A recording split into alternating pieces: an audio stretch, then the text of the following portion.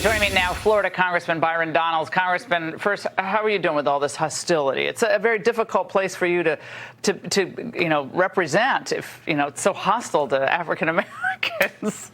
Listen, I think it's pathetic. I think it's dumb. I don't even know what they're really talking about. I think they're more mad because they just don't have a voice per se through the legislature. The governor's not listening to this kind of stuff. He shouldn't listen to this kind of stuff. Listen, Black Americans have been moving to Florida for a long time. They continue to move to Florida. They're thriving in our state. They're opening businesses in our state. Their kids are actually going to school, actually being educated in our state. The sky's the limit. The sun shines bright. I don't know what the NAACP. Well, I'll tell you what's going on. Ron DeSantis is running for president. That's what's going on. And, oh, yeah. And I'm at the gym this morning. Okay, I don't know why I do this to myself. I'm trying to get a decent workout in, but my heart starts going up when I watch this.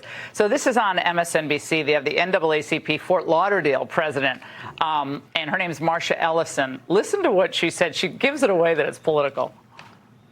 What we want to do is to advise anyone who's traveling to Florida to know about the hostile and racist policies that have been put into place by Governor DeSantis and his supporters. So it's important to know that because, as you know, in a few days, there will be an important announcement that he is seeking a higher office. And so the question is, do you want these policies in your state? Why doesn't she leave then? I mean, why is she still there representing the NAACP if it's so awful? Oh, because Florida's awesome. That's why she's not going to leave. Look here. At the end of the day, what do we support in our state? School choice. Giving every child, black, white, Hispanic, doesn't matter, giving them an opportunity to find the place that they want to be able to get to. That's number one. That's critical. Number two, just having to be able to raise your kids in peace in safe cities, to be able to walk down the street, enjoy your community. That's what Florida brings. You're going to say that black people should not be careful about coming to our state? This is going to work. I mean, you heard the previous segment with Pastor Brooks and VDH. This is all they got. It is. This is all they're offering African Americans: despair, decline, and the country's racist. Well, pot, despair, and the country's racist. Well, a couple things. No jobs. Democrats already know they're losing black men. Black men are looking at what's going on under Joe Biden and the Democrats, and they're basically saying, this is enough. We're out, because their pockets aren't getting better. Job prospects aren't getting better. The economy is squeezing black families more than most families in this country. Open borders kills it. Oh, sorry, they offer abortion, too, because we need more abortions. So that's all they offer. All right. Tim Scott running for president. The pleasant gals at The View had this comment.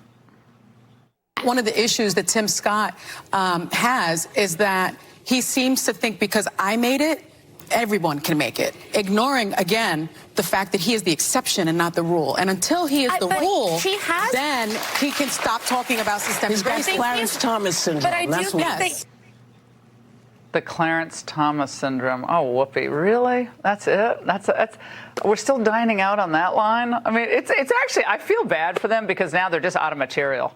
Look, Whoopi's made it, and she made it with a last name Goldberg, and I don't think that's her actual birth last name. Sunny Hostin's made it. She's doing good. There are black people in our country who are making it and doing quite well. Black families are actually forming at the highest rate that they've been in 40 years. Black moms and black dads raising their kids. That's a good thing, but they're haters because they're liberals first and foremost, and they cannot tolerate black people in this country saying, you know what? I'm done with Democrat policy, because it doesn't work when you actually look at it. Because the Democrats understand that without black voters being loyal to them, then they lose, period. How did Barack and Michelle make it? I mean, if this country is so awful, like how is he a two-term president elected with majority white vote? He gave a good speech, though. I'll give him that. Yeah, I mean, I'm just saying, like, if it's all rigged, like, how do you make it? Look, the truth of the matter is the Democrats, this is the only game that they have. Because if you look at their policy, whether you want to talk about currency, economy, border, foreign affairs, crime, education, you look at the actual points, they are losing the country.